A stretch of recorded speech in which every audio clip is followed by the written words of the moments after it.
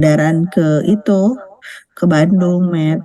Oh gitu, mantap lah. Ini Bu Meta, ini tuh ada satu layar ya, mangga teman-teman dibuka layarnya, jangan ditutup, malu atau ada beberapa ini ada kayak namanya tuh ada kayak Arifa, Anggita, Puspa, nggak tahu nih lagi di mana, Pak. Arifa, mangga dibuka, terus mana lagi ya Dewi sama Zalfa.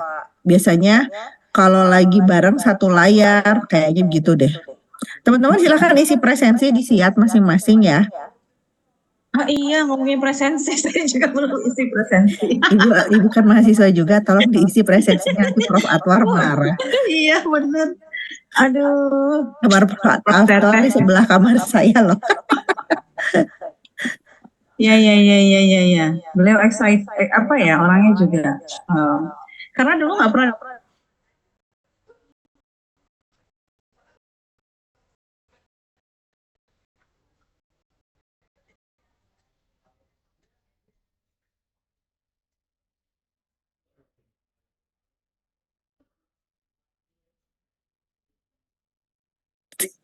Iya sampai yang oh gitu tah. Sebenarnya selama ini aku tuh salah, suka gitu. Oh, gitu. Oh, waktu Pak Dadang Sugiana sih yang suka ini. Oke, nah ini ya udah mulai banyak. Kita langsung buka saja teman-teman ya. Ayo, mangga kawan-kawan, tolong dibuka aja videonya. Hani, Naila, Gazi, mangga. Boleh dibuka ya, biar kita lebih ramai di sore hari ini. Terima kasih atas kehadirannya. Saya mohon maaf menyelenggarakan kelas di luar jadwal yang ada. Tapi memang untuk menghadirkan dosen tamu tidak hanya bersama Bu Meta ya Bu Meta, karena nanti juga kami menghadirkan yang praktisi lain yang sama ya, itu menyesuaikan dengan jadwal para praktisi luar biasa. Kayaknya kalian makin hebatnya, makin makin sararibuk gitu ya. Nah, pada hari ini kita akan membahas tentang bagaimana bentuk produksi teks. Ada Destia sama siapa? Itu kayaknya di kantin Vkom itu. Kayaknya Vkom kosong kan ya, anak-anak tetap di kantin aja. Itu teh bala-balanya menjadi juara, tau nggak teteh? Saya teh sama teman-teman, aduh udah kalau ke sana, aduh kangen bala-bala, kangen bakso, apa tuh? Bakso naon nih teteh, pokoknya gitu deh. Dan murmer ya. Iya buat orang Jakarta. Nikmatilah kalian ya. Sebagai mahasiswa Vkom itu aja lah begitu ya, nikmati, bener-bener. Nah, Audrey, lu mah pakai ini deh, kayaknya gue curiga lu pakai, oh enggak, asli wajah dengan penampilan. Biasanya suka pakai penampilan elektronik gitu. Nah, ada Edla. Oke, Aditya kayaknya backlight deh itu. Apakah kamu lagi di studio gitu, Dit? Lagi di lab studio Pasca Sarjana enggak ya backgroundnya? Oke, saya langsung saja. Selamat siang, Assalamualaikum warahmatullahi wabarakatuh. Teman-teman, hari ini kita kehadiran satu tamu yang selama beberapa minggu saya bicarakan. Saya nunggu ini. Beliau ada sahabat saya dari zaman masih jadi mahasiswa S1 di Prodi Jurnalistik Vkom Unpad. Adik kelas, tapi karirnya mah melambung jauh lah ya. Nah, untuk mengenal beliau nih ya, boleh ya saya tunjukin CV-nya, Mat ya? Aduh, tong di itu ya. Baiklah, Mat. Nah, masuk teh aja lah. Namanya Teh Dian Meta, Ibu Dian Meta Arianti ya, kelahiran tahun 81. Beliau saat ini mengajar di Universitas Siber Asia Unsia, ini jejaring dari Universitas Nasional ya Met ya. Mohon. Lalu juga masih di Universitas Nasionalnya, bahkan di Universitas Nasional beliau sempat menduduki beberapa posisi strategis gitu ya, dan juga menjadi dosen tutor online di UT ya. Ih, awet Met, saya aja nggak awet. Aku menyerah. Ya. Besok deadline, Ya, eh, dan aku mah gara-gara ini. Nah sebelumnya, sebelumnya yang pernah saya ceritakan ya, sebagian dari teman-teman yang bergelut di bidang PR atau kehumasan, dan Bu Meta itu sempat jadi humas ya Bu Meta ya di Universitas Nasional ya, kepala kantor humas ya, kepala divisi humas sorry di Universitas Nasional. Nah sebelumnya beliau itu adalah seorang wartawan di Harian Republika. Wah ini mah di mana-mana aja. Jadi saya juga kaget udah gitu tuh jadi dosen dan jadi humas. Eh Segitu ya dari Bu Meta. Nah, Bu Meta ini keunikannya adalah kalau teman-teman lihat Google Scholar-nya ada kajian berkaitan dengan digital PR dan juga pada praktiknya beliau menjadi dosen dan menjadi humas di Universitas Nasional, memang strategi kehumasannya sudah berbasis digital ya Bu ya, berbasis komunikasi yang bersifat daring, ada juga bahkan sampai di Universitas Cyber Asia yang zamannya kita belum COVID, mereka udah online course ya. Nah ini kita bisa tanya nih dan bagaimana mengangkat performa dan citra universitas lewat jejaring digital. Bu Meta, hari ini saya ingin memperkenalkan bahwa mata kuliah ini adalah mata kuliah produksi konten teks buat teman-teman di semester 3 ya teman-teman ya. Teman-teman semester 3 prodi sarjana terapan manajemen produksi media yang memang dia lebih mencari tahu bagaimana bentuk-bentuk produk konten teks di beragam platform dan beragam purposes gitu, jadi beragam kepentingan. Senin depan kalau saya nggak salah, mereka juga akan kehadiran satu copywriter dari Jakarta juga, dari sebuah agensi yang akan berbicara, melanjutkan konsep-konsep dasar kami tentang teks untuk kebutuhan bisnis ya, untuk bisnis purposes. Tapi, nah yang sekarang mah udah ada bahannya, kemarin itu adalah teks untuk kepentingan kehumasan Bu. Jadi saya memberikan dasar sekali tentang bahwa dalam produksi dalam konten kehumasan ada produksi teks. Nah sekarang dalam kehumasan digital bagaimana? Terima kasih. Begitu saja Bu Meta, Mangga. Siap. Nuhun teh. Aduh, meni batuk tuh. Dosen biasa sampai sakit. Kasih izin share screen ya, Mangga. Sudah ya? Belum ya? Oke, sebelum mulai, biasalah ya, salam dulu ya. Assalamualaikum warahmatullahi wabarakatuh. Halo, apa kabar semuanya? Waalaikumsalam warahmatullahi wabarakatuh. Oh, di sini kalau di sini karena online ya, jadi nggak apa namanya agak delay. But welcome loh untuk bisa chatting gitu ya, chat di sini gitu kan, teman-teman. Saya mungkin pengen tahu juga apakah semuanya orang Bandung gitu ya, atau biasanya kan kalau orang paket dari berbagai macam daerah ya. Kira-kira siap di mana nih? Dari mana nih teman-teman aslinya gitu ya? Ada Kak Arifa, Anggita, Puspa. Oh sama ya, berarti tiga orang dalam satu screen ya, luar biasa. Wah ada yang satu lagi tuh, Mas Akbar Rizky. Saya sampai kayak mungkin sedang di kosan gitu ya.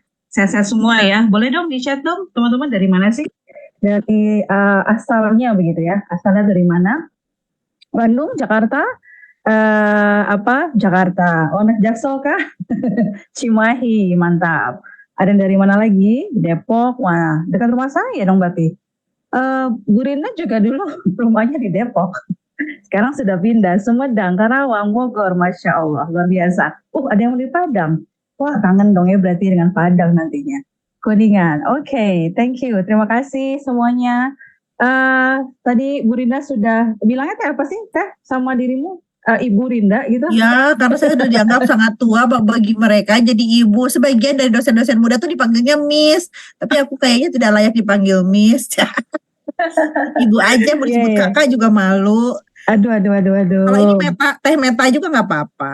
Oh ya Allah, jangan, tadi udah dibilangin soal lahirnya tahun berapa, jadi malu teh. Aduh, punten ya. Kalau kita agak berbeda tahun begitu ya, tapi insya Allah dari sisi penampilan mungkin 11-12 lah ya. Oh enggak teh.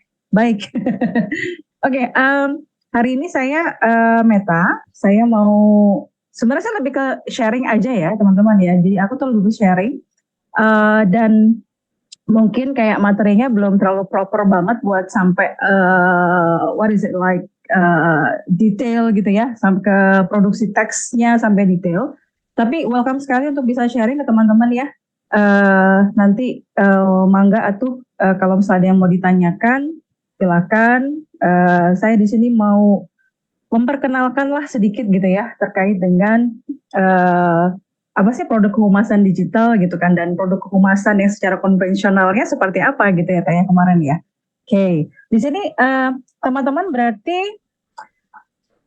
prodi manajemen produksi media ini apakah ada konsentrasi teh? Maksudnya kayak ada yang di jurnal atau mereka semua melting Ya, in ini one agak pot? berbeda dari waktu proses D3 ya. Kalau D3 ada periklanan, ada kehumasan, ada apa.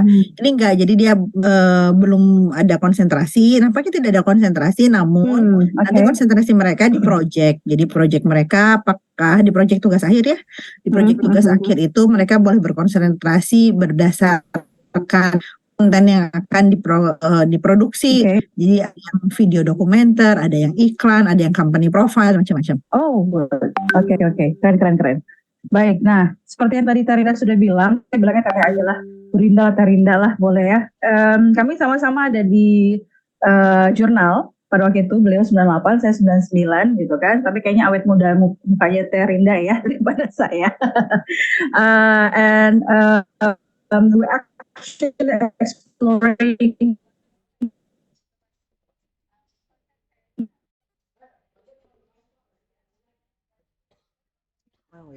sorry, kerja dengan dua bahasa. Kebetulan di Unsia ini rektor saya itu ada orang Korea gitu kan. Jadi we actually like talking in English, sometimes in Indonesia, something like that. Tapi saya masih belum belajar bahasa Korea, itu aja. So jadi kalau saya agak satu dua karena punten bukan karena sudah biasa seperti itu. Jadi punten sekali. Okay. Nah, kita mau saya mau share dulu sedikit terkait dengan public relation, karena tadi sempat disampaikan begitu ya bahwa Pak Terinda sempat sampaikan gitu terkait dengan public relation.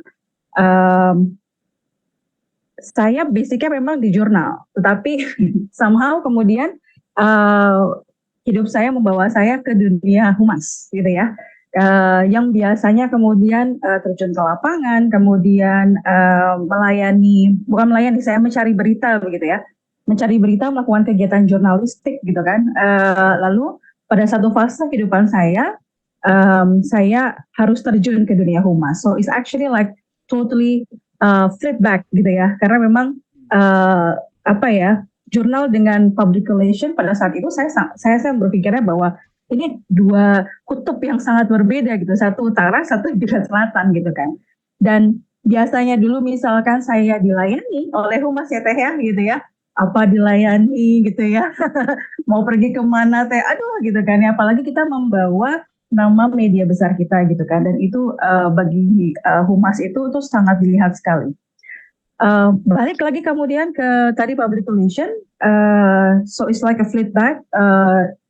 Saya dari dilayani jadi melayani gitu ya. So I have to learn more about public relations, but apparently it's actually fun ya.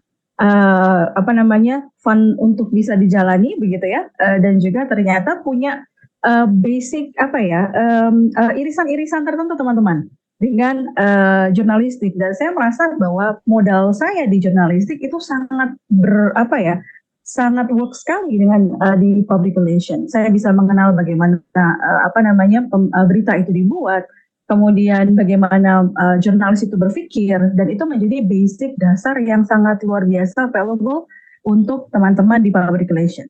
Jadi kalau misalkan boleh menyarankan gitu ya, orang public relation itu memang harus mengetahui, mempelajari terkait dengan jurnalistik, dan sepertinya lebih pas apabila personnya public relation itu memang berasal dari jurnalistik. That's my personal opinion ya. Tapi mungkin teman-teman ada yang bisa berbeda atau teman-teman yang lain berbeda, is okay. Now, basically, what is actually public relation? So public relation itu adalah kalau kita lihat di sini. Saya bilangnya itu adalah, saya kasih kutipan gitu ya, strategy communication process that builds mutually beneficial relationship between organization and their public. So it means that public relation ini memang merupakan, kalau saya melihatnya adalah sebuah planning, sebuah manajemen strategik begitu, yang ini memiliki benefit yang dua arah antara si perusahaan dengan stakeholders-nya begitu, dengan publiknya. Dan public relation ini juga menjalankan kegiatannya, tugasnya, programnya begitu ya, dengan melibatkan banyak stakeholders. Dan dia juga harus memiliki, sebenarnya ada 4 peran dari public relation ya. Salah satunya adalah facilitator begitu ya. Yang kedua adalah terkait dengan communication technician. The third is actually problem solving, because public relations usually sometimes becoming a problem solver. Dan yang terakhir adalah expert prescriber. Nah, expert prescriber ini adalah tahapan yang sebenarnya paling tinggi dari public relation, di mana public relation tidak hanya dipandang sebagai sebuah fungsi saja, tetapi juga dipandang menjadi sebuah partner in making decisions in perusahaan atau in a company. Jadi itu merupakan menurut saya tahapan yang paling tinggi dari public relation gitu kan, tidak hanya sekedar sebagai tools untuk handling crisis gitu ya, atau tools untuk jadi tameng ketika klarifikasi gitu ya, but actually it's more than that. Dan public relation ini adalah menjadi part of management policy. Nah, dalam perkembangan public relation ternyata public relation juga punya what is it called, irisan begitu ya, dengan yang namanya marketing. Nah, kemarin saya ngobrol dengan Terinda begitu ya, saya boleh share terkait dengan marketing public relation nggak gitu kan? Emang atau silahkan gitu ya. Nah, salah satu yang kemudian juga saya pelajari dan saya lakukan, terutama misalkan di universitas, adalah bagaimana kami develop satu unit namanya marketing public relation. So marketing public relation ini, kalau teman-teman baca Tom L. Harris dalam bukunya, nah ini menyampaikan bahwa sebenarnya public relation itu dengan marketing itu bisa menjadi satu kesatuan yang baik, gitu ya. Memang kalau dilihat adalah marketing gitu ya, public relation gitu ya. Tapi ternyata perkembangan dari kondisi yang ada sekarang, for example, kalau di sini pasti nggak ini ya, nonton TV kayaknya udah jarang kali ya Teh ya. Biasanya paling nonton ini ya, YouTube gitu ya. Sekarang atau yang apa sekarang aduh. YouTube, TikTok. Audrey gitu nonton ya. Apa hari-hari? Nonton apa? Aduh.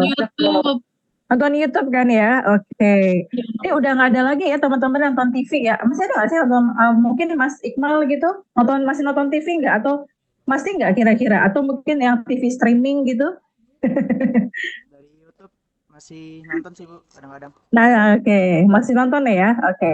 Kalau di YouTube kan suka ada ini ya, kalau kita mau nonton terus tiba-tiba ada pop-up iklan gitu ya, gitu kan ya, pop-up iklan gitu ya, terus kemudian bisa dilihat atau mungkin bisa di-cross gitu ya, bisa ditutup kan gitu ya, teman-teman bisa lihat itu ya. Nah, jadi perkembangan dari public relation dan juga dunia marketing ini teman-teman, jadi memang sekarang itu memang lebih bersinergi. Why? Because right now people are getting clever. Menurut saya seperti itu ya. Nah, why they are getting clever? Kalau teman-teman marketing usually like promoting, oke, produk saya nih kecap nomor 1 ya, ini bagus loh Teh, ini bagus loh Mas Adit gitu kan ya. Pokoknya ini nomornya uno lah kayak gitu-gitu ya. Yang ngomong Teh siapa? Yang ngomong Teh perusahaannya. Nah, kadang-kadang kita ada rasa, are you sure? Dari mana kok bisa nomor 1 kan gitu ya. So ada kekritisan dari sisi konsumennya kan gitu ya. Sehingga terkadang beberapa teknik marketing fail to be implemented. Dan akhirnya akhirnya adalah dari sisi produk penjualan menjadi turun gitu. Nah, di sini sebenarnya adalah peran dari public relation untuk masuk. Nah, ini nanti akan hubungannya dengan ada media-media kehumasan ya. Nah, mereka itu bisa masuk gitu ya, karena mereka itu bisa supporting marketing dari sisi brand awareness and branding. Kan gitu ya. Nah, jadi pertanyaannya adalah kenapa kemudian butuh brand awareness dan branding? Oke. Sorry, boleh tidak di Oh, tadi ada suara noise. Oke. Nah, jadi kalau marketing itself is actually focusing on the market trends, revenue gitu ya, dan public relation itu fokus dari brand. Ini akan nanti terkait dengan bagaimana si produksi teks dari media itu kemudian dilakukan. Dan kalau tadi marketing itu fokusnya memang adalah closing gitu ya, produknya terjual dan bla bla bla bla. Tetapi kalau public relation itu fokusnya adalah bagaimana dia bisa memberikan sebuah pemahaman opini publik yang baik gitu ya, dia menggiring opini publik dengan baik sehingga frame-nya dari si konsumen itu menjadi oke, kayaknya perusahaannya bagus nih, dia kemarin itu kasih CSR loh untuk misalkan ya untuk masyarakat di NTT ada pembangunan A, pembangunan B segala macam atau kasih donate ke Palestina misalnya seperti itu. That kind of thing yang kemudian membangun awareness, membangun kemudian interest dari konsumen sehingga dia merasa lebih sure untuk untuk membeli produk-produk tertentu. Atau kayak kemarin lah ya, punten ada yang boykot gitu ya produk-produk dari Israel. Nah, kan gitu banyak banget tuh ya.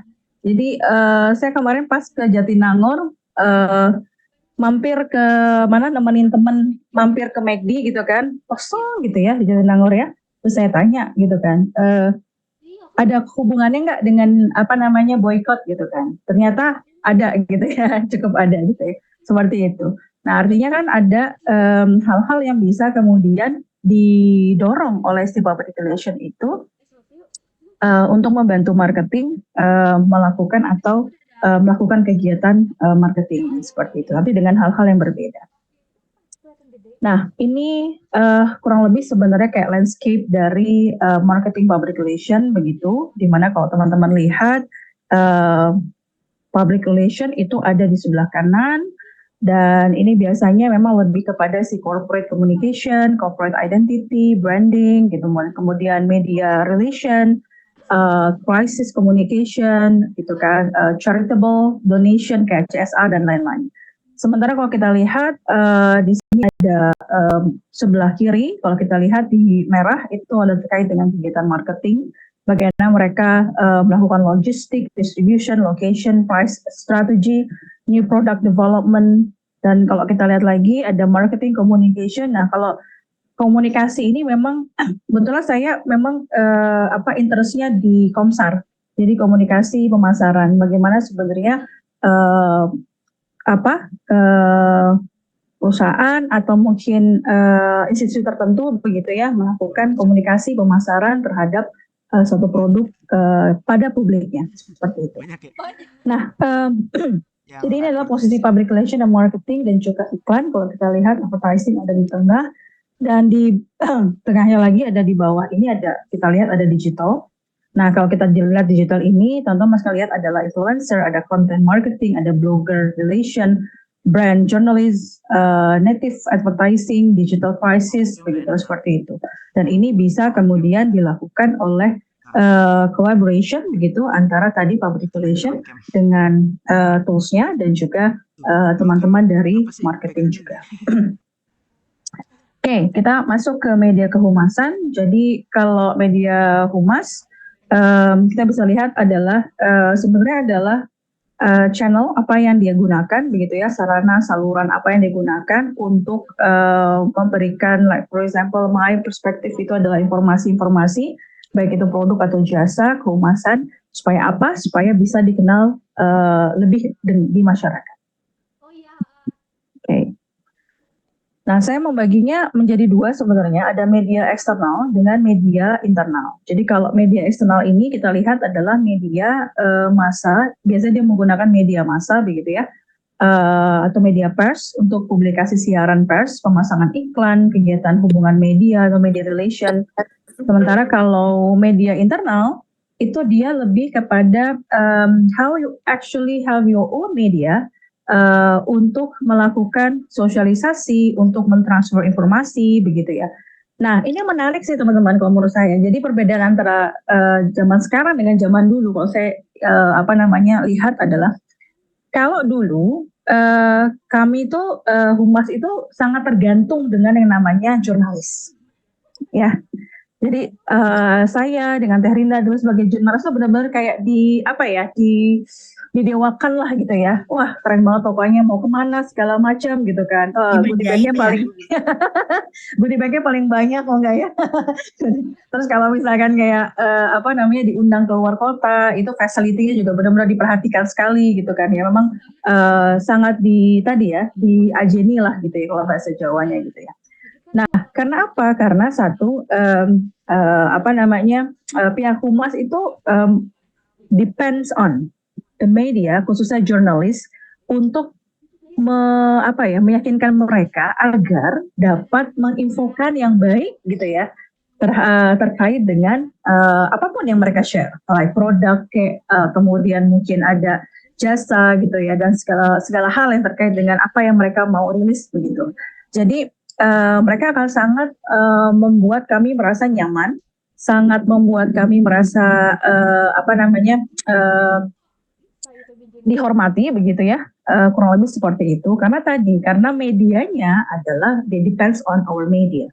Dan media-media kami atau media-media massa ini kan memang coverage-nya luas ya. Jadi kalau secara teori komunikasi kita bisa lihat bahwa coverage media yang luas ini yang kemudian menjadi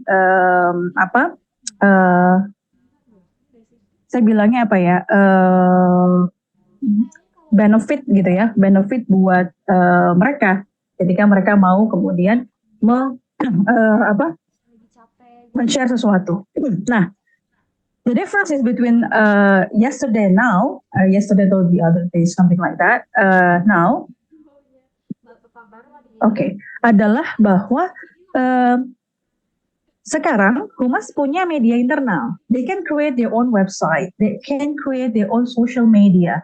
Mereka bisa create their own internal magazine, gitu ya. Nanti saya akan juga sampaikan. Dan ini semua mereka bisa kelola sendiri begitu ya, kelola sendiri. Jadi apa-apa itu mereka bisa rilis sendiri gitu kan ya, melalui medianya kemudian, dan itu lebih itu lebih free. They don't have to pay anything, right? Kemudian untuk editorial, for example, they don't have to pay a lot for that. Dan ini semua mereka bisa kontrol gitu ya sendiri, tidak perlu ada kayak pengurangan berita gitu ya. Kalau kita mengirimkan rilis kan di media massa pasti tidak semua kadang-kadang akan ditayangkan, pasti akan ada nanti ada proses editing begitu ya, belum lagi penyesuaian, belum lagi digabungkan dengan media yang lain dan lain-lain. So it's actually the twin. Nah ini tadi saya sampaikan. Kalau untuk media eksternal, kita bisa menggunakan media cetak, surat kabar, koran gitu kan ya. Terus kemudian media siber, situs berita atau media pers online. Nah, including editorial teman-teman. Jadi editorial ini kepanjangan dari advertising and editorial. So advertising and editorial ini merupakan sebenarnya produk humas, di mana teman-teman ini bisa menulis gitu ya. Kalau misalnya kita editorial di mana nih? Editorial di media cetak misalkan, tentunya digambar inilah contohnya lah, kurang lebih seperti itu. Apa yang dilakukan di editorial? Editorial ini biasanya lebih kepada memberikan informasi lebih kepada baik itu promo atau sosialisasi begitu ya.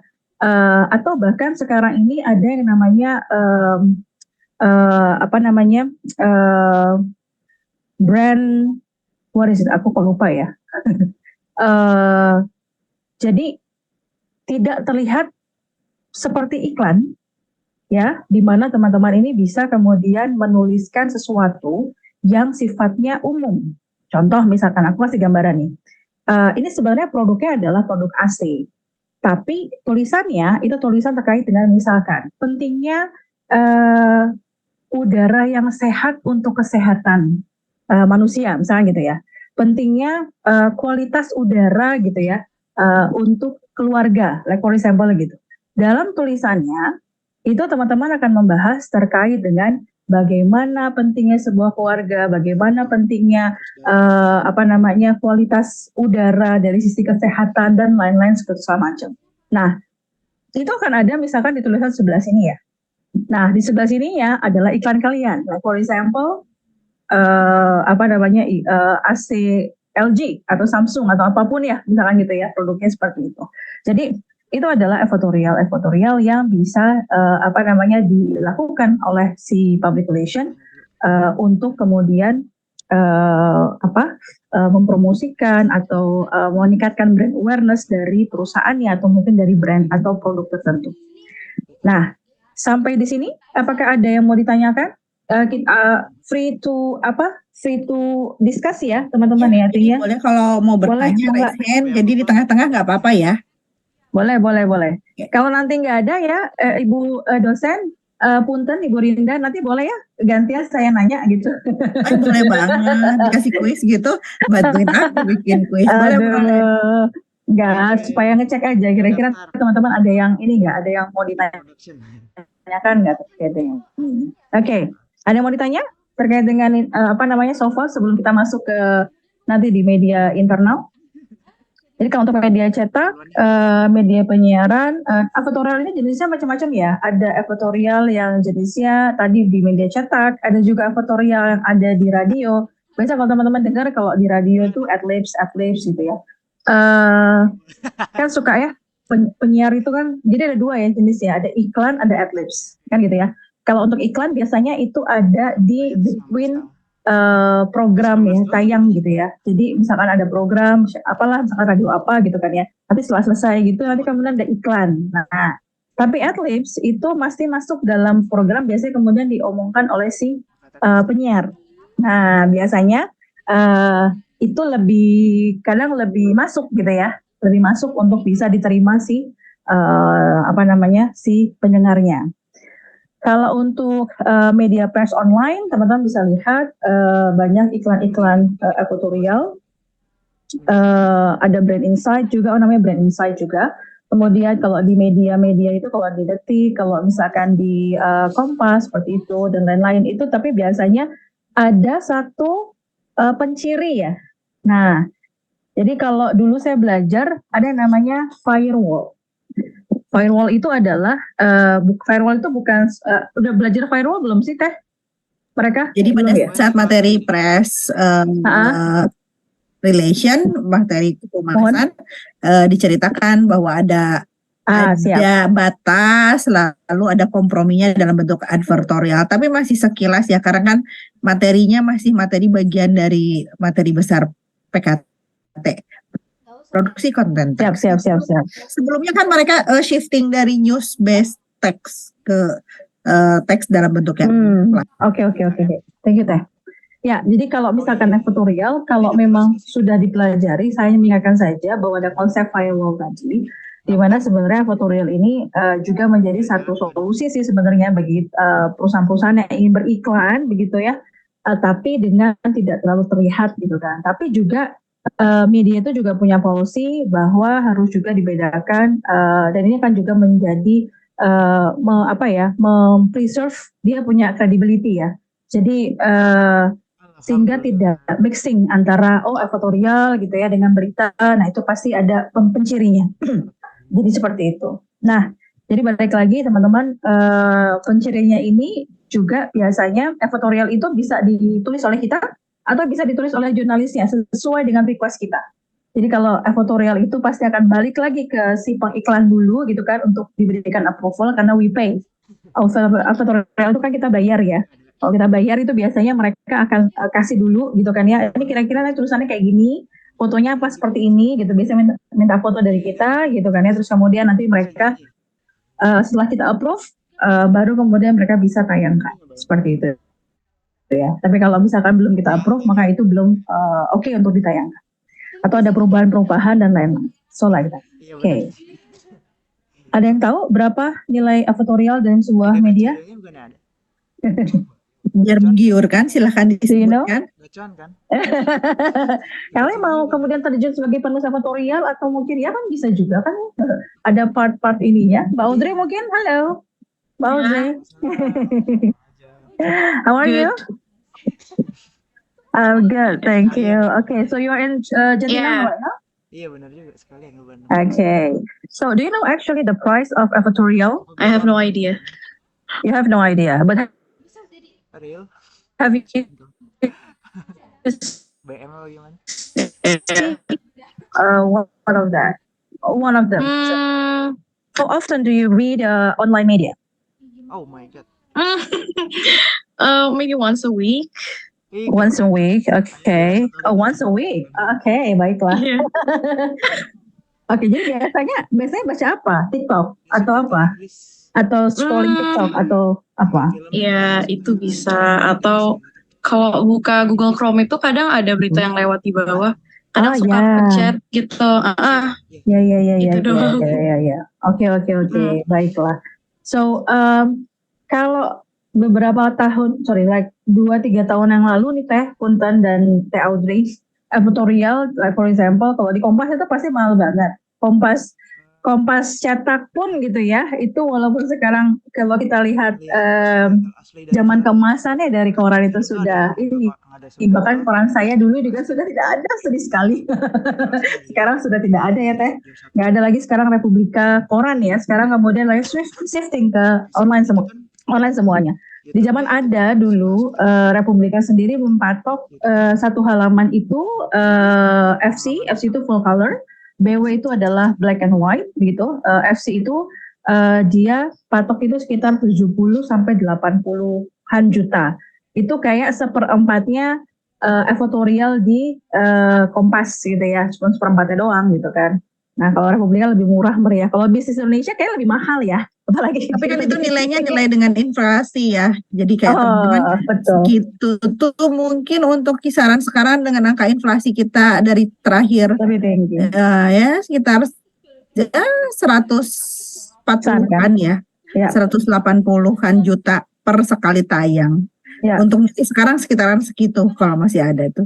Ya, dan besoknya itu udah jadi kalau orang bilang Mbak besoknya sudah dibungkus kacang kalau untuk yang media massa gitu ya, karena sudah tidak dibaca lagi, sudah apa segala macam. Dan itu adalah memang benar-benar yang membuat shiftingnya dari media ya sekarang ya dengan development of technology right now is very like that. Oke. Kurang lebih segitu ya terkait dengan editorial. Nanti kita discuss lagi terkait dengan itu. Nah, media internal ini for example like in-house magazine. Jadi beberapa perusahaan itu biasanya masih memiliki namanya media-media atau majalah-majalah internal begitu ya. Majalah ini sebenarnya biasanya bisa untuk internal atau eksternal sebenarnya. Kalau dia misalkan kayak Pertamina atau Telkomsel gitu kan ya, bahkan sekarang udah switchingnya jadi e-magazine yang they can access gitu kan ya everywhere segala macam. Tapi ada juga yang memang masih mempertahankan magazine in-house magazine internal by paper gitu kan, karena mungkin karena satu lebih banyak generasi yang bisa generasi kita ya, kami ya dari saya dengan Bu Rinda gitu ya, yang memang aware terhadap dengan media yang dipegang gitu ya. Nah lagi kemudian ini tuh kalau teman-teman kan lebih kepada generasi X gitu, generasi X lagi, generasi Z begitu, yang sudah tidak lagi gitu kan berinterest dengan hal-hal seperti itu. Nah kemudian ada newsletter. Nah newsletter ini saya sekarang juga bisa ngobrolin terkait dengan bagaimana kita bisa membuat newsletter gitu ya. Newsletter ini memang bisa juga by cetak atau juga bisa bagi terkait dengan newsletter. Ini sekarang sudah sangat common sekali teman-teman. Dan biasanya ini hanya 1-2 lembar begitu ya, yang kalau efektif ya. Kalau untuk yang media cetak biasanya sampai mungkin 4-6 lembar gitu, depends on the perusahaannya. Tapi kalau buat newsletter itu biasanya lebih simple. Itu biasanya hanya mungkin 1-2 halaman saja. Dan agak sedikit beda dari sisi layoutnya. Jadi newsletter ini bisa kemudian memasukkan mulai dari teks, kemudian audio dan video di dalamnya. Jadi sekarang itu sudah bisa kemudian teman-teman embed link, sehingga kemudian bisa klik, kemudian masuknya kemana? Instagram, masuknya ke YouTube begitu ya, atau ke website. Jadi menjadi seperti omni channel gitu ya, semuanya bisa bisa ada di dalam satu media gitu ya. Nah kemudian ada brosur, ini juga menjadi media humas. Jadi Eh, itu Pertanyaannya adalah kan level kok kelompok brosur kita, jadi media humas? kelompok Sebentar, sorry. kita. Ah, Kayak individu tuh Oke. dibagi-bagi tuh Ya, ada karena brosur, apa? Karena ada gitu. Salah satu ada terus beberapa kita brosur ngomong ke yang developer. brosurnya ada bermacam-macam ya. Ada prospektus begitu ya. Ada brosur, ada kemudian company profile gitu. Nah, memang ini akan ditentukan dengan tujuannya masing-masing. Brosur ini pun nanti akan ditujukan. Oke, ini brosur untuk apa? Untuk misalkan promosi satu produk kah? Atau nanti untuk cuman misalkan kita awareness terkait dengan perusahaan kita, atau awareness terkait dengan produk tertentu begitu ya. Tentu ini akan Bingung kan level gimana? depends on the goal yang harus dilakukan atau yang dituju dengan dari brosur tersebut. Oke. Andi siapa?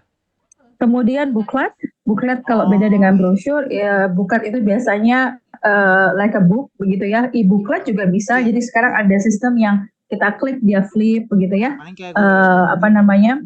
Sehingga mungkin lebih mudah untuk diakses gitu ya. Tetapi kalau untuk beberapa tahun silam ini bentuknya adalah semacam kayak catalog begitu ya, booklet seperti itu yang ini juga humas sangat terlibat juga dalam apa namanya dalam pembuatannya. Terutama apabila ini berkaitan dengan yang namanya perusahaan. Ada company, ada corporate identity, begitu ya. Ada kemudian, jadi kalau di beberapa perusahaan yang memang public relationnya sudah well established as a state of being, jadi ada dua hal yang berbeda, ada state of being and method of communication. Itu adalah jenis dari public relation. Jadi kalau state of being itu adalah public relation itu sudah melembaga, artinya sudah dalam struktur organisasi itu ada public relation, di mana public relation ini ada fungsinya, ada jabatannya, ada prokernya, dan juga ada apa namanya goalsnya gitu ya, targetnya gitu ya, dan produk-produk kemudian medianya seperti apa. Sementara untuk public relation as a method of communication is more than bagaimana si perusahaan itu sebenarnya kemudian si jabatan public relation di dalam sebuah struktur organisasinya. So it's just metode komunikasi yang dilakukan di mana ketika public relation tidak terlalu dianggap penting gitu kan ya, itu bisa dijalankan oleh orang lain yang mungkin jabatannya itu bukan public relation. Like for example, misalkan manajer operasional gitu ya, dia bisa menjadi juru bicara ketika ada sebuah crisis, like for example, begitu ya. That's a public relation as a method of communication.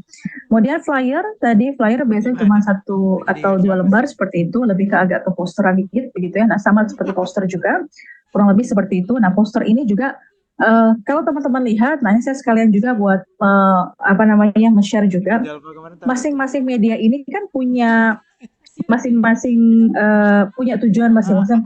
Pertama itu. Kemudian yang kedua adalah space-nya juga berbeda, ya kan? Space-nya sangat berbeda sekali. Jadi kalau misalkan kita mau bikin booklet atau e-booklet, so it means that more information can be achieved di dalam booklet tersebut. So we need to prepare more information di situ. Kemudian kalau flyer, kalau kita lihat lebih banyak main bagaimana grafik, kemudian gambar begitu ya. Tulisannya juga teman-teman bisa lihat ada beberapa apa namanya types of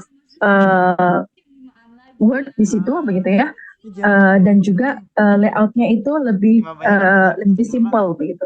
Kemudian kalau poster kurang lebih bagaimana kemudian banyak lebih kepada ikonik gambar gitu kan ya, dan juga to the point dari si message yang ingin disampaikan.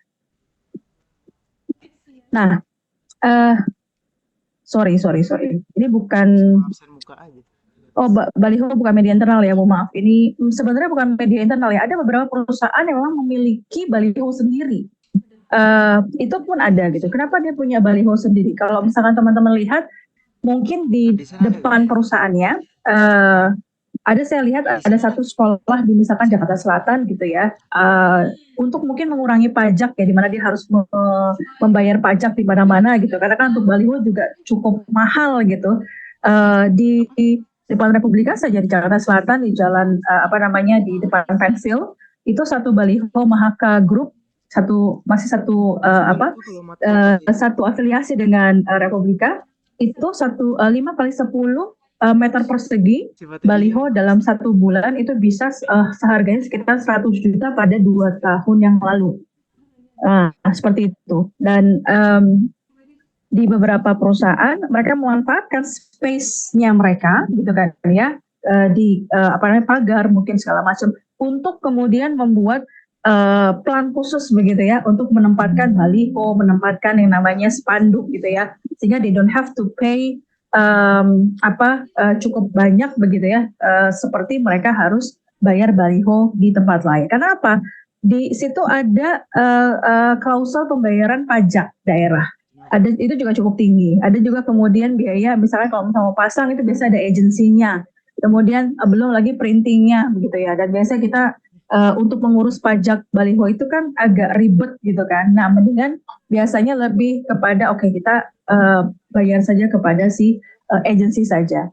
Nah, kenapa baliho bisa masuk ke dalam media kehumasan? Iya, karena apa? Di dalam baliho itu tidak kita bisa kemudian menyampaikan terkait dengan teks-teks atau message atau pesan-pesan yang sifatnya adalah brand awareness atau yang sifatnya juga adalah informatif, communicating terkait dengan program dari perusahaan atau tertentu.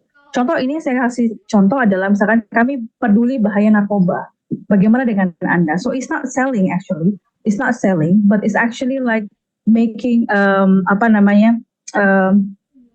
awareness on narcotics begitu ya, drugs, di mana tujuannya memang agar si masyarakat bisa lihat itu secara oke. Nah, buku e-book gitu ya, ini juga menjadi bagian dari media internal dari Humas yang juga bisa dioptimalisasi begitu ya oleh si Humas. Kalender.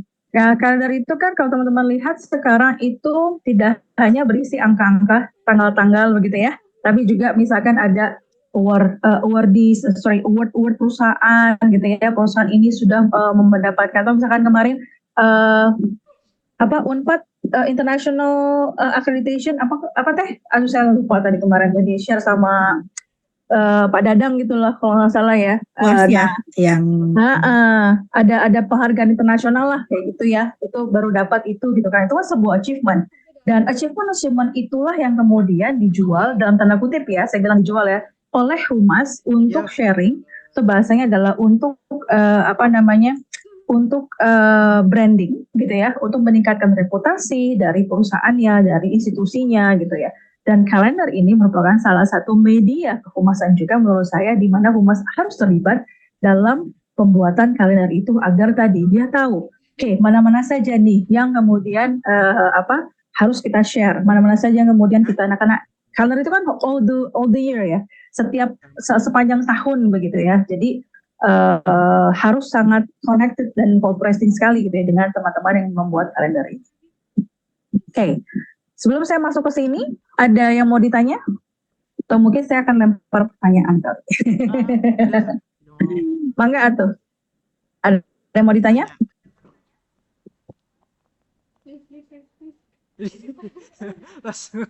Ayo silahkan. Mumpung ada yang bisa ditanya. Mangga atuh. Silahkan. Mungkin bisa lanjut sambil lanjut ya, boleh. Jangan sungkan untuk bertanya. Nah, ini apalagi yang sekarang ya memasuki era digital yang nanti kontennya juga akan berbeda. Mangga silakan Meta. Mohon. Ya, saya lanjut ya. Oke. Nah, kalau kita lihat tadi saya sudah sampaikan bahwa Humas ini sekarang tidak harus tergantung dengan media massa gitu ya, tidak perlu tergantung juga dengan jurnalis. Karena apa? Karena they can have their own media, they can have their own website, they can have their own social media, blog, YouTube, TikTok, ya, Twitter, and all this social media yang mereka miliki gitu, dan mereka kelola sendiri. Ada yang kelola sendiri, ada yang kemudian mereka minta pihak ketiga untuk kelola, karena memang untuk pengelolaan media sosial ini memang harus fokus dan kemudian harus tune in begitu ya.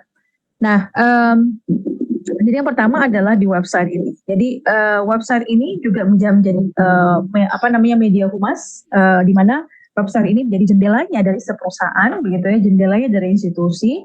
Dan kalau kita lihat di zaman sekarang, di mana orang tadi Mbak Audrey bilang mungkin bangun tidur yang diambil adalah handphone, sama seperti saya, ya nggak Mbak Audrey ya, kayak Teh Audrey ya, handphone gitu kan. Terus lihat apa, misalkan langsung misal searching something, atau buka langsung social media, TikTok scrolling, atau mungkin YouTube, atau mungkin Instagram, something like that. Dan ini sebenarnya bisa kemudian dikoneksikan antara satu dengan yang lain, sehingga semuanya akan menjadi satu ekosistem yang luar biasa mendukung dari kehumasan itu sendiri. Like for example, kita bisa kemudian membuat website itu menjadi wadah dari semua informasi yang ada. Itu yang pertama. Dan di website ini bisa terkoneksikan dengan sosial media, di mana kalau teman-teman kemudian atau siapapun gitu ya, buka sosial medianya si Unpad misalkan. Nah, kemudian dia mau lebih informasinya lebih detail, maka itu bisa larinya ke si website. Dan di sini kita belajar sebenarnya ada yang namanya SEO dengan SEM. Ada yang tahu? SEO dengan SEM? Pasti tahu lah ya, generasi Z sekarang tuh pasti udah luar biasa ya. Do you know? Mas Malkan mungkin? Halo, selamat siang. Halo. Ya, gimana Mas? SEO. Kalau SEO ya kayak yang biasa search engine optimizer. Terus kalau SEM tuh kayak apa ya, yang marketing ya, advertising gitu ya, Bu? Ya, search engine marketing and search engine optimization gitu ya. Tapi tahu nggak bagaimana SEO itu bekerja, Mas Malkan? Atau Kang Malkan? Yang 14 Desember apa? Itu berdasarkan keyword ya, Bu ya? Bisa keyword, apalagi? Bisa keyword, bisa apa lagi ya? Relevansi dengan ya, Bu. Oke, thank you ya Mas Malkan, terima kasih banyak. Oke. Nah, jadi benar tadi Mas Malkan bilang bahwa memang di zaman untuk digital public relation, teman-teman public relation di dunia di masa digital ini memang harus aware terkait dengan yang dua tadi, SEO dengan SEM, so search engine optimization and search engine marketing. Jadi kalau ibaratnya kalau search engine optimization kan bagaimana kita bisa meningkatkan secara organik ya, kepopuleran viral kita misalkan kayak gitu ya, itu secara organik dan itu bisa dilakukan sebenarnya teman-teman. Tapi kalau mau cepat misalkan bisa juga melalui search engine marketing gitu ya. Nah, search engine marketing ini adalah the fastest way, di mana you have to pay some money begitu ya, beriklan lah gitu ya, beriklan. Kalau misalkan teman-teman lihat misalkan di Google, ngeklik lah misalkan Unpad. Kalau Unpad mah udah jangan di inilah, pokoknya kan udah banyak banget, udah pasti nomor 1 lah di atas begitu ya. Tapi kayak misalkan universitas Siber Asia apa gitu ya. Bagaimana kemudian kita bisa membuat Unsia itu menjadi nomor 1 di dalam halaman 1 dari Google Google Search begitu. Nah, itu ada caranya. Caranya antara lain satu, kalau dengan SEO maka kita harus menggerakkan semua sumber daya yang ada di perusahaan, di institusi begitu ya, untuk bisa meningkatkan Google algoritmanya begitu, sehingga kemudian ini bisa naik dari posisi di 1. Bisa semuanya ketika membuka laptop atau membuka komputer itu kemudian ketika membuka Google itu langsung masuknya misalkan ke Unsia gitu ya. Jadi kemudian terdetek ini banyak yang akses. Nah, seperti itu. Nah, ini hal-hal yang bisa dilakukan kurang lebih. Nah, di dalam website ini juga teman-teman bisa lihat sebenarnya bagaimana sebentar, aku bisa sharing ini ya. Sebentar, aku stop share dulu ya. Oke.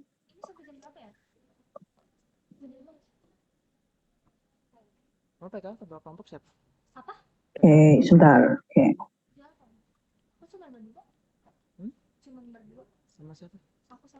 Oke, kita lihat sendiri ya. Jadi kalau misalkan saya ketik Unpad, itu kan akan langsung dia akan di halaman pertama. Oke. Kenapa SEO-nya itu sudah oke banget, ini nggak perlu harus di marketingin lah begitu ya. kurang lebih seperti itu. Nah, ini butuh waktu untuk kemudian memang masuk di layer pertama begitu ya. Tapi kalau misalkan saya UNAS sih udah juga sih.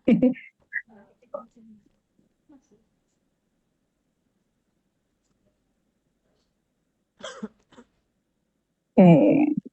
Oh, saya juga ada juga. Jadi kalau saya cuma mau kasih tahu bahwa ini adalah universitas saya. Sekarang saya ngajar di sini, ada di 3 tempat juga. Nah, untuk memang membuat website ini, bukan buat website itu sekarang kayak udah gampang ya apps-nya ya Teh ya. Maksudnya teman-teman juga bisa, ada juga tools-tools yang bisa membantu itu. Nah, kemudian tapi sebenarnya kita juga bisa Humas itu sendiri bisa kemudian masuk di dalamnya untuk bisa melihat bagaimana produksi informasi yang disampaikan di sini. Mulai dari menu-menunya begitu, ini juga harus dibicarakan dengan lebih baik begitu. Kemudian mulai dari profil, struktur gitu ya, biro segala macam sampai kemudian bagaimana. Nah kalau newsletter di kita ini kurang lebih kalau sebelumnya seperti ini. Tadi saya sempat ngobrol terkait dengan newsletter. Oke. Ketika misalkan awal-awal kami newsletter ini memang lebih banyak kepada texting begitu ya. Texting. Jadi bisa diklik nggak ya? Oke. Ini sifatnya masih di download. Kalau sekarang bisa juga pakai e-flip begitu. Bisa nggak nih?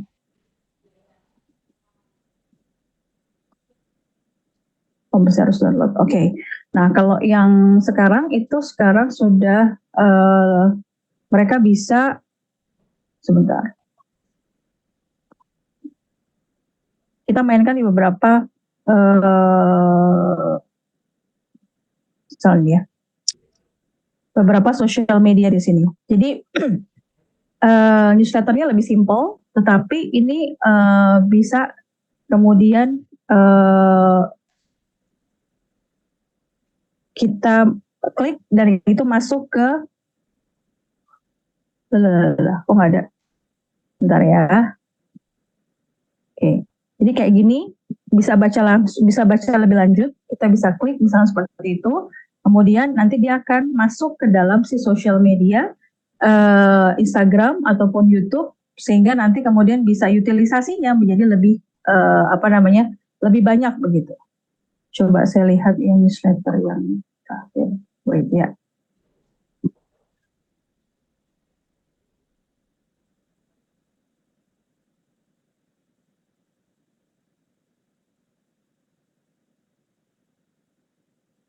Oh ini cuma itunya doang ya. Oke. Oh berarti yang di WA berarti. Oke, ini biasanya akan kami share di WA ya, di WhatsApp, di mana nanti kemudian teman-teman bisa siapapun yang lihat ini terus kemudian ini nanti nanti tak lihat lagi. Teman-teman bisa lihat ini di dalam YouTube ataupun dalam Instagram begitu, dan ini kemudian bisa diutilisasi dengan baik dengan social media yang tadi. So the websiting like that. Kemudian di social media sendiri kalau kita lihat social media ini biasanya paling banyak digunakan adalah Instagram, kemudian bisa di TikTok, kemudian sekarang Facebook sudah lebih lebih sedikit untuk digunakan. YouTube paling tidak ya untuk social media itu. Dan untuk social media ini memang kalau dari sisi humas biasanya kami concern terhadap satu bagaimana corporate identity itu digunakan. Jadi corporate identity itu apa saja sih? Kayak misalkan satu warna, kemudian corporate color, kemudian corporate identity logo. Itu menjadi sebuah hal yang penting untuk bisa diterapkan dengan baik gitu ya, sesuai dengan standar. Dan kalau kita lihat di beberapa Instagram pemerintah ataupun universitas itu biasanya mereka punya satu template tertentu. Jadi kalau misalnya kita lihat itu template-nya menjadi cukup seragam begitu. Kemudian isinya tentang apa? Biasanya kalau di Instagram itu isinya itu bisa sebenarnya kita punya satu kalender konten, ya, kalender konten selama 1 bulan, for example seperti itu, dan di mana dalam setiap kalender itu akan ada beberapa program-program tertentu. For example, yang paling mudah misalkan untuk melihat bagaimana hari-hari penting apa sih ini yang ada, kemudian bagaimana kita bisa relate dengan hari tersebut. Hari anak nasional, for example, maka kontennya akan kita buat terkait dengan Hari Anak Nasional. Karena kalau di bahasa jurnalistik ada newspack yang kemudian atau cantolan berita yang biasanya kita gunakan untuk meng-create konten-konten tersebut. Nah, tentu konten yang ada di dalam social media itu tidak sedetail dari website, tidak sedetail dari media-media online, blog, like for example, atau mungkin magazine yang lebih in-depth, dan konten-konten yang ada di sini biasanya juga kita akan lihat apa sih yang lagi trending. Nah, gitu ya. Apa sih yang lagi trending yang ada sekarang. Itu juga bisa kemudian menjadi satu ide untuk membuat si konten-konten media, social media dengan baik. Yang terakhir adalah untuk media humas kekinian atau digital adalah penggunaan blog. Nah, blog ini teman-teman menurut saya sangat penting, apalagi ketika social media itu saling berkoneksi. Jadi website, social media, and blog. Biasa di website itu ada link untuk blog. Dan kalau di universitas kita gitu ya, di Unpad juga sama gitu ya, kayaknya di semua universitas itu dosen diwajibkan untuk misalkan mengisi blog gitu, diwajibkan untuk kemudian menulis blog yang nanti backlink-nya harus ke website gitu ya. Itu untuk kemudian meningkatkan dia punya SEO. Ya kan Teh? Ada seperti itu ya? Betul. Nah, ini nanti tantangannya adalah bagaimana mendesain, kan ada bahasa teks di website yang agak berbeda di sosial media dan kemudian bahkan dalam blog pribadi gitu ya. Betul. Yang dalam konteks humas sama-sama harus ngerepresentasiin lembaga kita ya. Betul. Itulah yang memang menjadi challenge-nya di situ. Teman-teman nggak bisa kemudian punten. Misalkan ya copy paste like satu berita yang ada di Detik kemudian dimasukkan di dalam si social media Instagram, like for example begitu ya, tentu harus ada editing tertentu karena kan ada limited capacity yang kemudian ada di dalam social media. Itu yang pasti. Kemudian kalau untuk di blog sendiri biasanya bisa juga paraphrasing dari berita-berita yang ada, lalu kemudian source-nya itu kita bisa cantumkan di bawah. Itu yang biasa juga kita lakukan juga dalam si penulisan blog tersebut. Jadi lebih ke sana sebenarnya. Oke. Nah, tadi saya sudah mention terkait dengan SEO begitu ya, bagaimana kemudian digital PR ini mereka bisa memanfaatkan SEO tadi. Kalau SEM sebenarnya tinggal istilahnya bukan tinggal ya, memang dua-duanya masing-masing punya challenge tertentu ya. Satu harus punya uang cukup ya terkait dengan SEM. Kalau mungkin beberapa teman-teman digital marketing, for example, itu murah kok Bu gitu ya. Tapi sebenarnya it's not that cheap. Itu tidak semurah itu gitu. Apalagi ketika misalkan digital marketing itu untuk menjadi misalkan new student, like for example, ada tahapan-tahapan yang harus dia sampaikan terkait dengan itu. Oke. Mohon.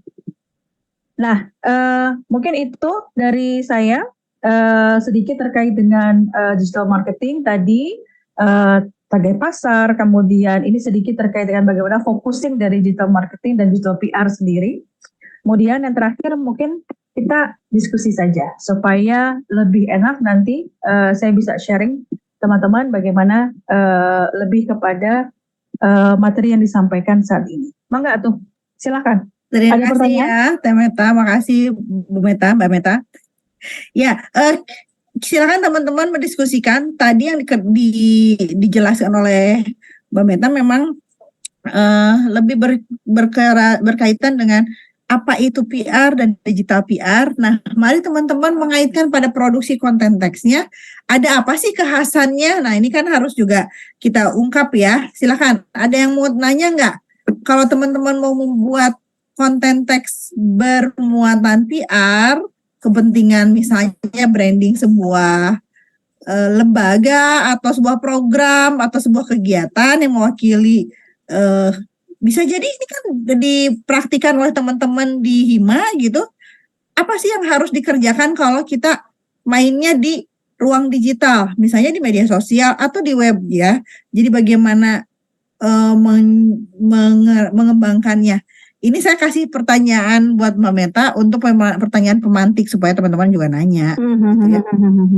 Jadi, Met, kan kalau kita mulai biasanya kalau teman-teman itu mengisinya, kalau sekarang ada kecenderungan ngisinya lebih sering di medsos ya, ketimbang di web ya.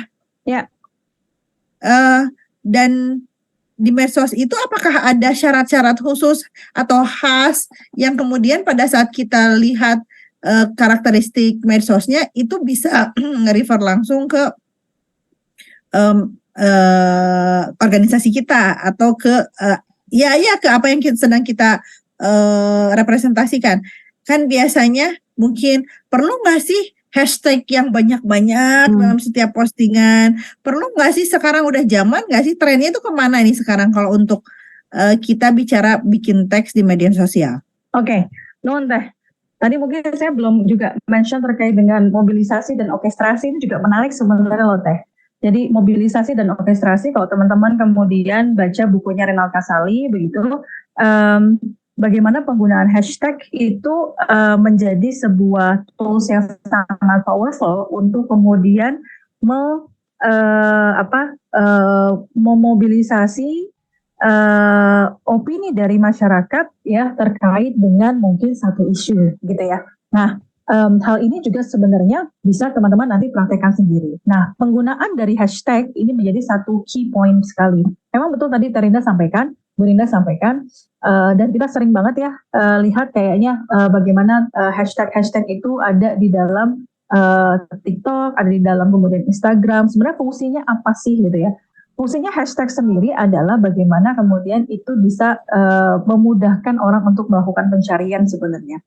Mau ngobrolin tentang misalkan Palestina Israel gitu kan, ada hashtagnya, atau kayak saya aja misalkan saya tinggal kebetulan di Pamulang begitu ya, hashtag terkait dengan Pamulang itu apa aja sih gitu kan. Sebenarnya hashtag itu membantu kita untuk sebenarnya mengelompokkan, memudahkan orang untuk melakukan pencarian, kurang lebih sih seperti itu. Nah, jadi kalau teman-teman lihat bagaimana kemudian ini dari sisi produksi teksnya, betul tadi masing-masing sosial media memang memiliki karakteristik masing-masing ya. Kalau teman-teman lihat bagaimana for example Instagram berapa banyak sih capacity karakter yang kemudian diperbolehkan. TikTok berapa banyak sih kayaknya lebih less daripada si Instagram. Kalau Instagram kita masih bisa kayak cerita agak panjang begitu ya, panjang kali lebar. Tapi kalau di TikTok kayaknya agak lebih setengahnya, terbatas begitu ya dari situ. Tetapi dua-duanya bisa menggunakan video, betul. Dua-duanya bisa menggunakan video. Tapi kalau kita lihat kenapa orang kemudian di TikTok mungkin lebih interest. Karena memang sangat beragam sekali konten yang ada di situ, dan konten-konten ini rata-rata ada yang mungkin lebih amusing, ada sekarang mulai setelah kemudian peraturan pemerintah melarang kantung kuning gitu ya, apa namanya, Keranjang kuning. keranjang kuning, thank you Audrey, terima kasih, keranjang kuning gitu kan ya. Kayaknya juga para tiktokers dan influencer itu jadi mikir ya gimana caranya, afiliator jadi mikir gimana cara gue jualan ya, karena biasanya kan misalkan saya ngecap gitu kan ya, kemudian live di TikTok langsung kemudian keranjang kuning is actually so simple gitu kan. Tetapi memang dari sisi policy tidak diperbolehkan seperti itu. Nah, what will I do? Apa yang harus saya lakukan dengan itu?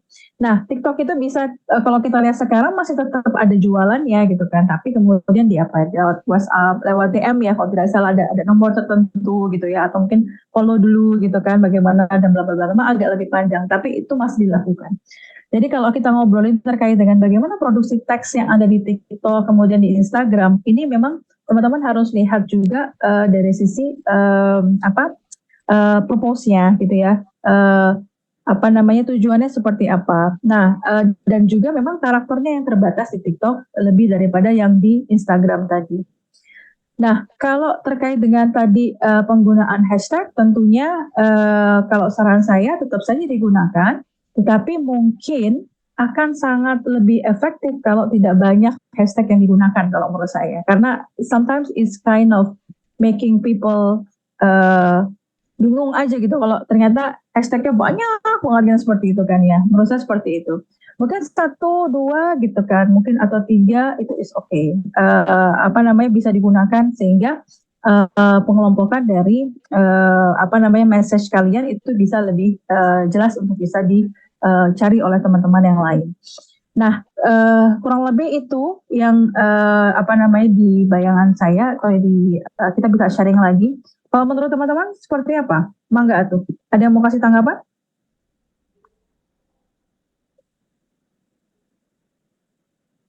Halo? Mangga. Kalau misalkan di sini kan pasti punya sosial media ya? Pastilah ya. Punya sosial media, kayaknya nggak mungkin kalau teman-teman komunikasi nggak punya sosial media. Audrey punya apa saja sosial medianya? Hampir semua nggak sih? Hampir semua. Okay, you have TikTok, you have Instagram, and then YouTube Yeah. also. Ya, YouTuber juga ternyata. Okay, apalagi? apalagi tadi apa TikTok? TikTok udah Facebook. tadi, Facebook, Facebook also. Okay. And Twitter, Twitter, X, okay. ya. Ya. Inggrisnya bagus sih. Dan kalau teman-teman lihat di Twitter juga karakternya juga berbeda ya untuk bagaimana kemudian sounding something begitu. Something. Jadi lebih ke sana. Beda. Sebentar. Beda. Oke. Oke, yang lain mungkin? So kalau misalkan blog, saya mau tanya dulu. Mungkin di sini ada teman-teman yang, do you have your own personal blog? Kalau dulu misalkan teman-teman suka writing in a diary, oh enggak ada yang itu cuma saya ya, mohon maaf ya, kan kita beda zamannya. Writing in a diary gitu kan ya, sampai berbuku-buku gitu loh, Mas Malkan ya, misalkan gitu ya, ada kayak cerita SMP, SMA, bla bla bla kayak gitu-gitu lah pokoknya. Ketika dibaca lagi, ya Allah menijais pisan ya zaman dulu teh kayak gitu-gitu ya. Kalau sekarang kan kayaknya lebih ke digital kan semuanya. So mungkin lebih ke personal blog gitu ya. Nah di personal blog ini kan juga teman-teman bisa memfolder itu begitu ya, bisa berdasarkan time, bisa berdasarkan year atau month segala macam, atau bisa berdasarkan pengelompokan tertentu like grouping kayak gitu-gitu. Tapi kalau misalkan dalam konteksnya adalah perusahaan, for example, so the personal blog, blog perusahaan ini memang harus ditulis oleh orang yang ditunjuk, for example mungkin di sisi humas ya. Jadi humas itu yang akan kemudian menuliskan karena ini terkait dengan karena ini akan terkait dengan corporate brand. Jadi memang tidak boleh sembarang untuk bisa menuliskan itu. Tapi kalau kayak di universitas itu blog-blog ini memang di-encourage untuk bisa dilakukan, tapi memang lebih related bagaimana dosen itu meneliti atau menuliskan terkait dengan penelitiannya atau menuliskan terkait dengan mata kuliahnya seperti itu. Dan ini harus kemudian ada backlink dari si universitasnya. Jadi misalkan kayak link dari Unpad Unpadnya nanti dibuat hyperlink begitu ya, sehingga nanti kemudian bisa diklik larinya ke Unpad. Nah, hal-hal kayak gini akan meningkatkan SEO-nya. Jadi satu tadi kalau kita menulis di blog seperti itu dan Anda part dari satu institusi, pastikan bahwa backlink-nya itu bisa dilakukan, backlink-nya itu bisa dijalankan. Oke, sebentar ya.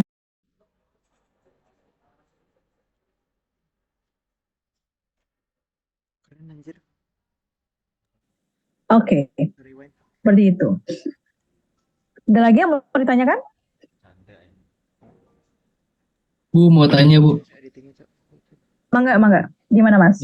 kalau brand awareness itu kan perlu dijaga juga ya konsistenannya dan untuk mencapai yang ideal.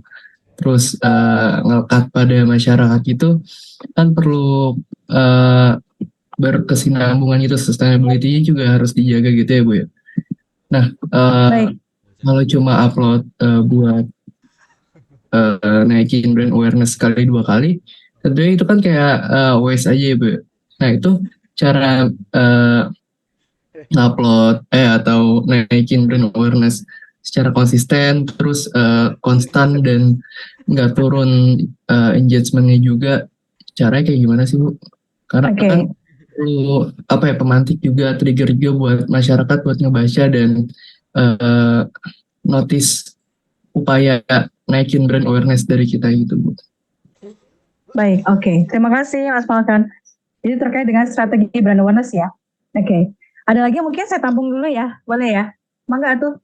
Silakan, ada yang mau sharing atau mau tanya lebih lanjut? Ini sudah on cam juga Mas Akbar, Fatan, Iqbal, banyak banget kayaknya.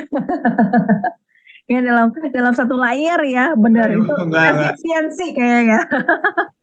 Gimana? Ini Mas Akbar, Mas Fatan, Mas Iqbal atau Mas siapa ini kayaknya nih? Saya Akbar Ibu. Ini Akbar. teman-teman lagi ada di sini mendengarkan. Ini kan soalnya cuma satu kursi Ibu, jadi nggak cukup gitu kalau 4 orang dalam satu kursi. Siapa tahu ada yang mau ditanyakan atau ada yang mau sharing? Mangga atau sekalian sebelum saya jawab dari Mas Malkan.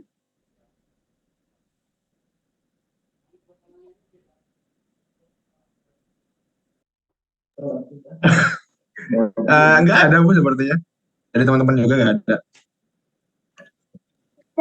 Oke, baik. Kalau tidak ada, oke, yuk kita diskusi dulu tadi terkait brand awareness. Oke. So the question is, what is brand actually? Right kan gitu ya. Brand itu bisa dalam bahasa Indonesia citra, reputasi gitu ya.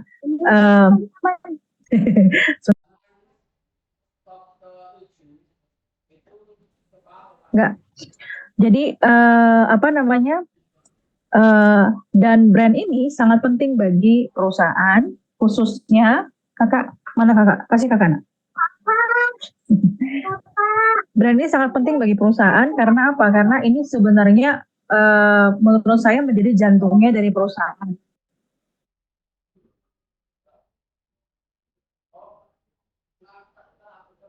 Halo Kakak Gendis. Mohon maaf, ini baru pada ini. Oke. Jadi balik lagi tadi udah tadi ada pertanyaan dari Mas Malkan. So, frankly speaking, kabar baiknya adalah brand ini bisa kemudian bisa dibentuk begitu ya, bisa dibentuk sesuai dengan keinginan perusahaan, bisa kemudian di setting any kind of campaign yang ingin dilakukan gitu. But the bad news is it cannot be instant. It cannot be instant. So the good reputations is actually built from scratch and needs years. Kalau teman-teman tahu Coca-Cola, iya sih, Coca-Cola itu dari 1800 sekian begitu ya, bagaimana dia membuild reputasinya. Dan bad newsnya lagi adalah the brand can be destroyed just like that, just in a second. Kenapa bisa seperti itu? Bisa karena misalkan teman-teman bisa lihat ada beberapa banyak case study gitu ya, bagaimana sebuah brand itu bisa runtuh, bisa kemudian hilang gitu kan, seperti itu. Bahkan bisa kemudian tercoreng, dan bagaimana humas bisa kemudian membuat meningkatkan kembali gitu ya reputasinya, itu juga merupakan sebuah strategi. Betul sekali bahwa tadi kembali lagi brand ini memang tidak bisa maksimalkan dilakukan sedikit demi sedikit atau sewaktu-waktu begitu ya, sewaktu-waktu lah for example, tapi memang ini merupakan satu strategi yang long lasting yang berkesinambungan dari hulu ke hilir, dan ini harus memang dilakukan oleh setiap each of resource yang ada di perusahaan tersebut. Caranya gimana? Satu, the core of the branding adalah menurut saya adalah jiwa kepemilikan, state of ownership dari si perusahaannya. So the company should build jiwa tadi gitu ya, jiwa kepemilikan, sehingga mereka akan merasa memiliki dari perusahaan dan mereka akan willing untuk help untuk branding sendiri.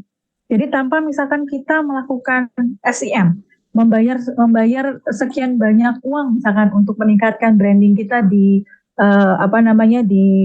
Google gitu ya. Kita bisa menggunakan SEO secara organik, tapi kita lakukan memang dengan waktu yang cukup panjang, tetapi ini akan lebih long lasting Mas Malkan dibanding dengan tadi yang instan tadi.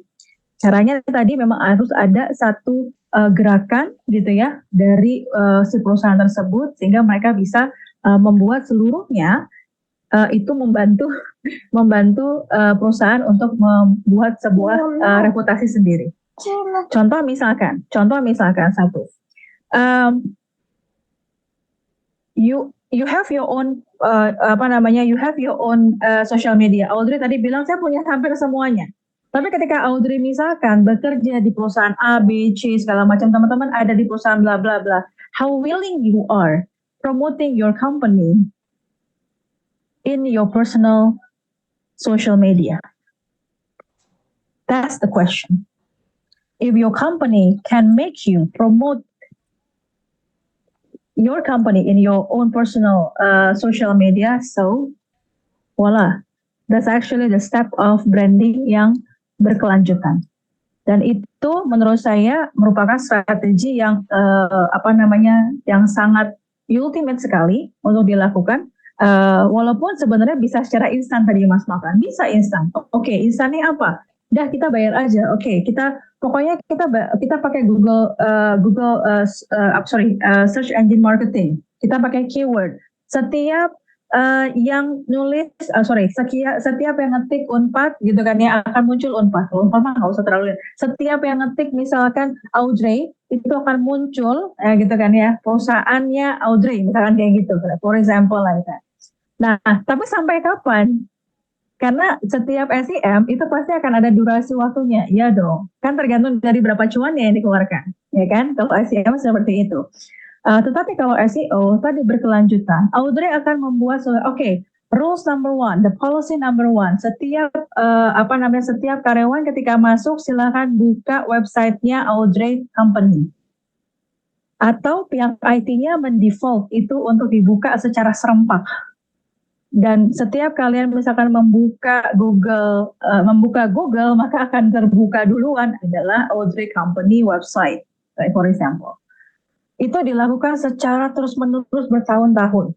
Ditambah yang kedua, setiap karyawan harus kemudian likes, follow each of the social media that Audrey Company have. Audrey Company has, mungkin Audrey Company-nya banyak misalkan kayak gitu-gitu. Jadi seperti itu. Jadi intinya Mas Malkan memang strategi branding ini sangat sangat unik menurut saya. Tapi tadi kembali lagi, di zaman sekarang ini bahkan ketika teman-teman apply di sebuah perusahaan, biasanya akan diminta untuk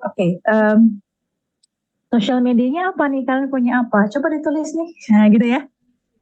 Apa yang dilakukan dia? Dia akan melakukan, pihak HR will stick to your social media and then they will see. Apakah di social media itu kamu pernah melakukan hate speech, like for example, ya kan? Apakah kamu pernah misalkan mengupload konten-konten yang sensitif, ya kan? Nah, itu juga akan menjadi pertimbangan dari pihak HR, apakah they willing to accept you or not.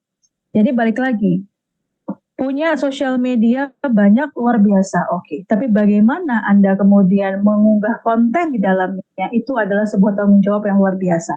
Karena apa? Ini adalah your digital footprint yang nantinya akan bisa di-trace oleh siapapun yang akan men-trace di ruang Anda sendiri, di ruang sosial media Anda sendiri.